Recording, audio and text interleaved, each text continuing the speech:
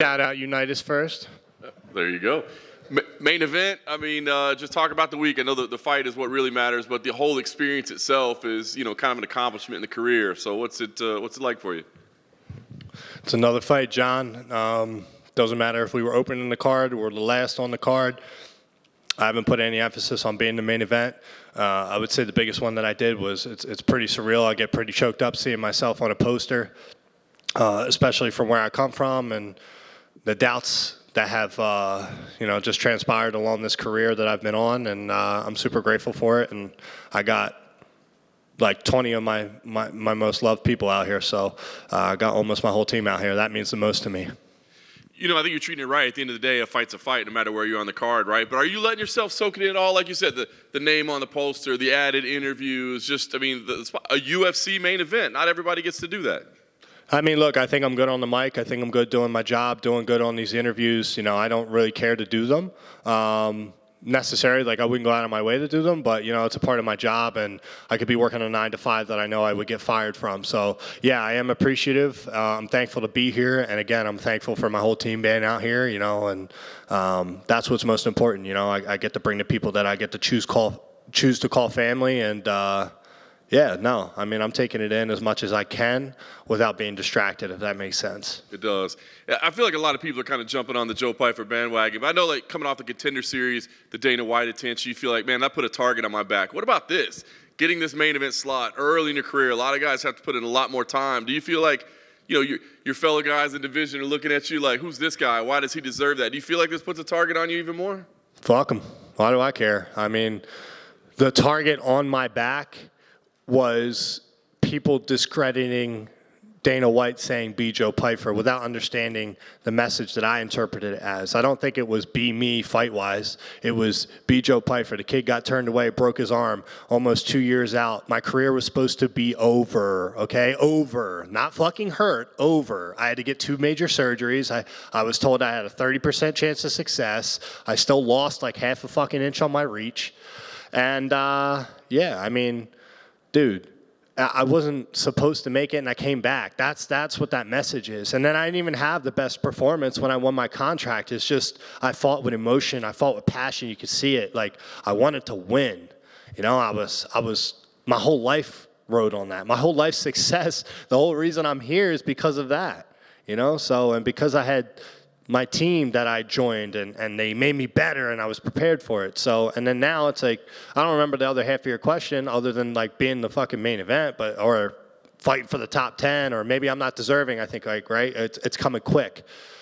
But why am I not deserving? I would question that. I talk my shit, I back it up. Everything that I say here, everybody could make clickbait and a meme if I lost, and I'm not saying I can't lose, but dare to say what you feel, and that's what I'm doing. I'm confident in what I say. I'm confident in what I believe. It's not something I convince myself to believe. You guys ask me a question, I try to give it to you as honestly as I feel, and sometimes I'm up, down, but that's how I give it to you guys. So, yeah, I deserve to be here because I'm active. I talk truthfully and truly, and I would even watch me if I wasn't in the UFC, so. And I say that humbly. I'm not saying that as an arrogant prick. Yeah, well said. All right, Jack, as an opponent, veteran of the game, right? Fought some of the best in the division. What do you think about what he presents to you as an opponent? Jack's good everywhere, not great at any one thing. He's got good cardio. He's got good boxing. He's got good kickboxing. He's got good grappling. But I don't see anything in that man's skill set that I think he will ever be a champion or title challenger again. And I think all the pressure is on him. So I think he's a good dude outside of the fight, but I don't like him because he's trying to take my other half, and he's not my fucking friend. Yeah. Any changes in your preparation, your approach, knowing that this is a 5-round fight, knowing that this is a top-ranked guy? Have you made any adjustments, or is this just another training camp? Yeah, I made adjustments as far as my approach to this fight. Stylistically, Jack's a new challenge, and I don't care that he's fought some of the best. He's lost to some of the best, and this is a fight. I don't care that your number, like he keeps saying, one of the things he kept saying in the promo, it's the only video that I've watched, is that he's not scared of me. And he must have said it like 2 or 3 times, and I'm like, look, homie, you are scared of me. You won't stand in the pocket and trade with me. And that's why you're saying it, because this isn't about who's afraid of who. This is about who can beat who. It doesn't matter if you're scared or not. Often I'm nervous and very nervous going into a fight anyway. So, yeah, I mean, like, I think Jack's got a lot of pressure on him right now, and he's tough, but I don't think he's that great.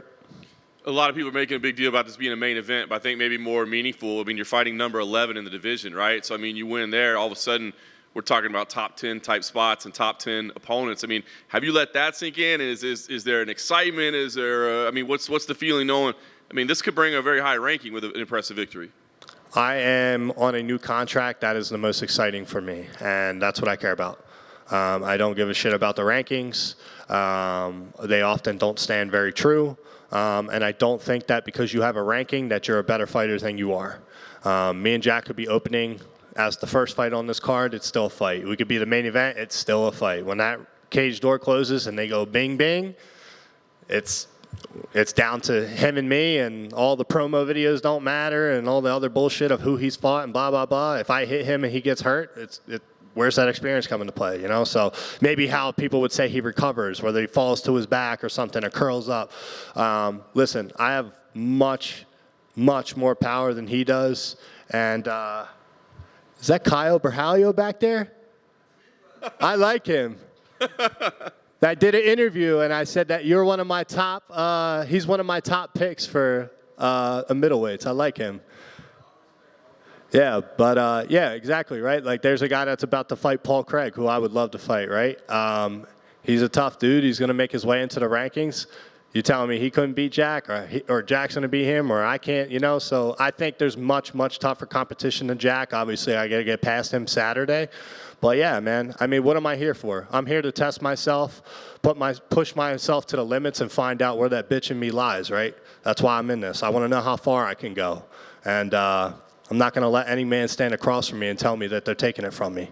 I love it. I guess last thing for me, I think you talked about your power. I think that's what a lot of people are pointing to. You play this thing out. Highlight reel knockout, is that what you're expecting to see here? I think I knocked Jack out. I mean, he's got a 29% takedown accuracy. I've watched all of his videos extensively. He's very desperate with a lot of his takedowns, and I think they're very slow. I think what you guys are going to realize is there's a big speed differential between me and Jack. There's a big boxing differential between me and Jack. You know? Everything, we can have all these plans all we want, but when you get in there and you feel somebody's presence and you feel their intention and you can see that look in their face that they're trying to hurt you, I think sometimes it can either make or break somebody that you're fighting. So I want to hurt him, and I'm ready to bang for 25 minutes. So, yeah, let's go, brother. Let's rumble. Hey, Joe. Personally, what does a win over Jack Hermansson do for you? Well, on the outside, it puts me in the top 15, right? I don't personally care about where I'm ranked, but from my life and where I've come from yet again and the odds that I've defied, it puts me right where I've always believed I belong, and that's among the best. And I don't think Jack is the best, and it's going to be a milestone marker for the people that have also sat here and said, experience this, experience that. I started jiu-jitsu at 4.5 years old. I started competing at 5 years old in jiu-jitsu tournaments. This is my whole life. And when I tell you I couldn't be successful at anything else other than this sport, I truly mean that. This is my plan A, and that's all I have. Jack, 35 years old. He's been out a year. He got TKO'd by Roman Dolidze, who I think had an unimpressive, like a boring fight. And, you know, I think Roman's tough, but I don't know, man. I might be overlooking the guy in some people's eyes, but I just don't see him being able to hurt me, man. Speaking of power, apparently you have more power than Francis Ngannou. Where the hell does this power come from? Ready? This shit pisses me off. I hit the fucking machine, the same machine, and I hit it with a 16-ounce glove. For all these nerds out there that don't understand science, I hit it with a 16-ounce glove. That means I didn't even get to hit it as hard as I could because I had a big pad. So I broke the record with a big glove. I broke it 4 or 5 times. I broke it in front of the operations guy. There was a heavyweight from Brazil that was hitting it. Couldn't even come close to it. His coach hit it. Couldn't come close to it. Brendan Allen's coach, Tuco, hit it. Didn't come close to it. and they didn't want to give it to me officially. I don't know why. And then everybody makes this narrative about talking about fucking oiling up Dana's ass and shit, and that his what the fuck did he say? That it's like Dana White trying to take out Ngannou. Bro, I got nothing but respect for anybody that's ever stepped in this cage. That has ever done something to change their life. You know, he comes from the slums. You hear these stories all the time. You got people like Charles Oliveira, Francis Ngannou. I mean, for fuck's sakes, even my teammate Andre, who's had his own. Like, we've all come from struggles to be something, and then I get discredited because I hit harder. Shit pisses me off, bro. Fuck those nerds, whoever told me that I didn't get that fucking score. I'll do it again. And just to say this, I had a torn rotator cuff when I hit it, and then I had to stop because I hurt myself. Well, damn. Fuck those nerds. How does it feel to share a card with Jeremiah? I love Jeremiah Wells, man. He's he's somebody that's been in this game for a long time, and I have high expectations for him. You want to talk about a guy that can punch hard and a guy that brings them bad intentions, dude. He was winning his last fight, and he got caught, right? But like, he's exciting to watch, man. The problem is, it's like he doesn't talk that much. It's not his style, you know what I mean? So he's kind of under the radar, but he, devastating power, bad intentions. That's a bad dude, man. I don't ever let him hit me for free. Speaking of teammates, last time you were up on me today, you told everybody, watch. Sean Brady was going to whoop that ass. I did say that. Yeah, I mean, how good did it feel to get him back in the win column, but also to you called it and he went out there and did it. Yeah, he got himself back in the win column. I mean, we all know in the gym he's the best grappler I think in our gym for MMA, or one of the best.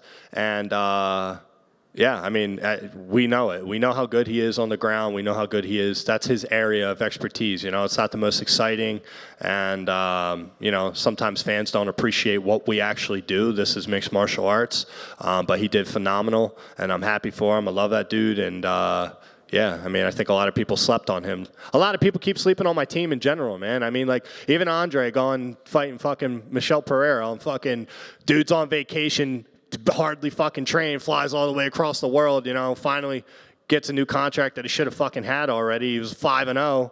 And, yeah, I mean, I'm salty, bro. I feel like a lot of people have thrown shade at my team, so fuck you guys. And there's one fucking nerd out here that does media, and he said I always have a bad attitude, so I would love to smack that dude in his fucking face.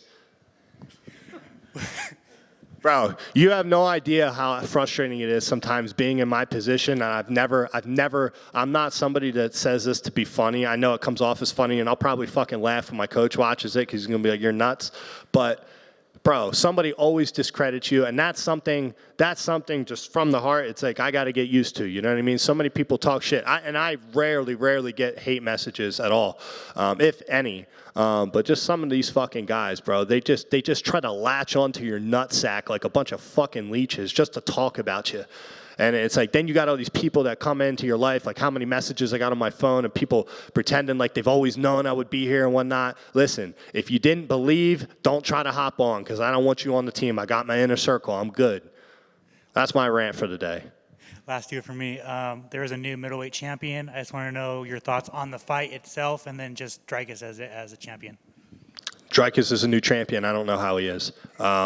He's a tough fighter, very complete fighter, I see holes. Like if I was to fight him, I think obviously I would do well. But that's just me as a competitor. Me as a fan, I like watching him. He's entertaining. He goes out there and he pushes, get pedal to the metal. So speaking as a fan and not as his competition, good for him, man.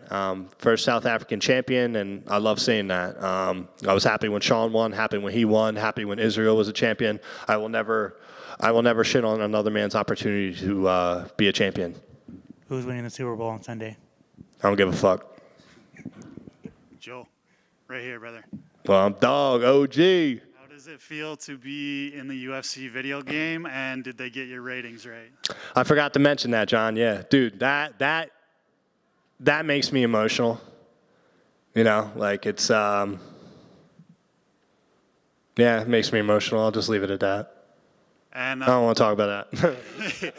No worries. And you're always talking about, being a proud American, representing America, bringing the flag into the I'm walking with the flag again.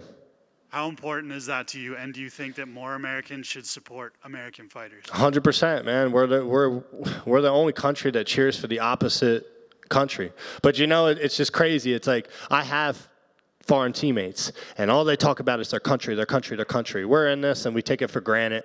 And I think it's also the culture of our country. We're very ignorant. But yeah, man, I think more fighters need to stand up and be proud to wear that flag and be happy to be an American and make this country a safer, better place to be in. And there's so many people taking each other's lives over the dumbest shit, and it just, I don't know. I want to see people care for each other in our country and represent our own people and push our own athletes. Not sit there and fucking become a troll, you fucking nerd, and like send a hate message on me or my teammates, or you know what I mean? Like, it's one thing to be a fan of, like, everybody takes free speech to a whole nother fucking level with Instagram. So yeah, I mean, I think we need to rep our flag a whole lot more than we do and give it much more respect than we do. Quick one for me, but thanks for taking the time, by the way. You mentioned nerds don't understand science. Hey, included, but I do understand family. You mentioned you had like 20 folks with you. Who was able to come that didn't before, that makes this more meaningful? Now I'm going to name drop everybody. So I got Andre, who I've been training with for almost 10 years. I love that guy, man. I want him to do so well, and,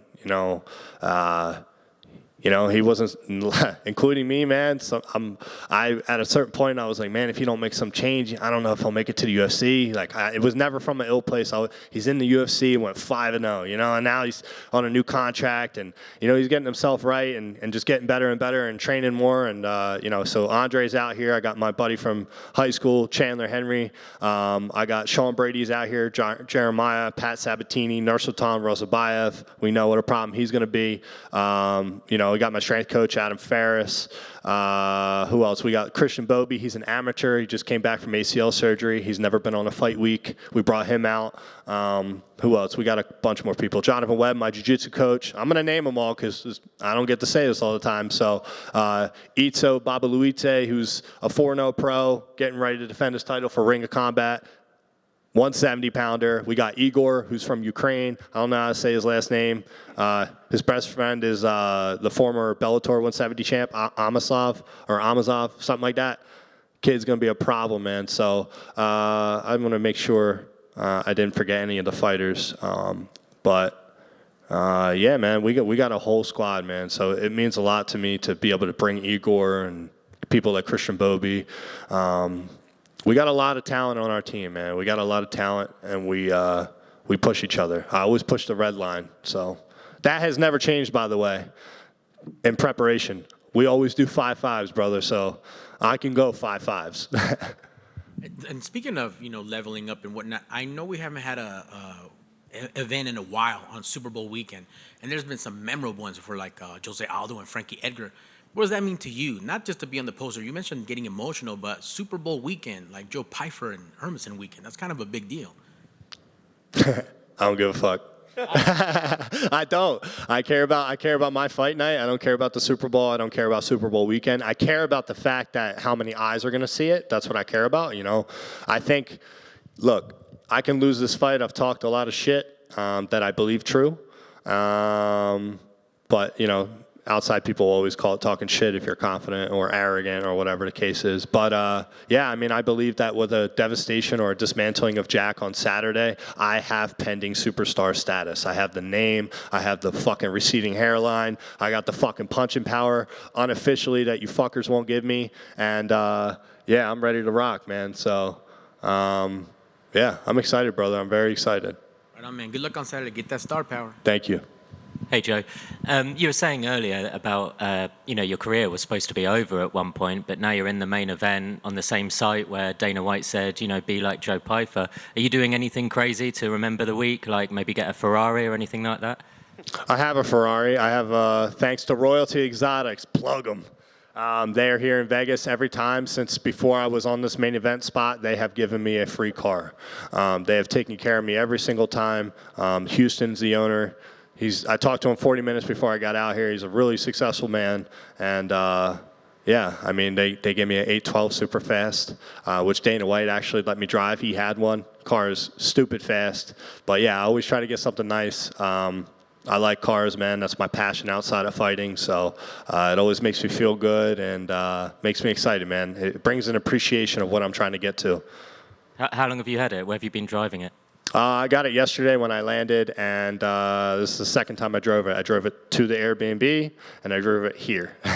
I don't drive too much, man, when I'm cutting too much weight, but yeah, it's just nice to have it. I'll probably, once I make weight, I'll take a nice little drive and just probably go through a Red Rocks or something and just visualize, man. I don't know what it is this fight. When I fought Abdul, I had nightmares of getting knocked out every fucking day, every day, every day. I'm very confident for this fight, and whatever God's plan is for me. I am religious, but I'm a Christian, and I've been trying to lean more on my faith that whatever God's plan is, it's already set in motion, and I just try to worry about the performance and not the result. So whatever is meant to be for me, brother, I will turn the page, and that's what's meant to be. But I will give everything I have to get this win.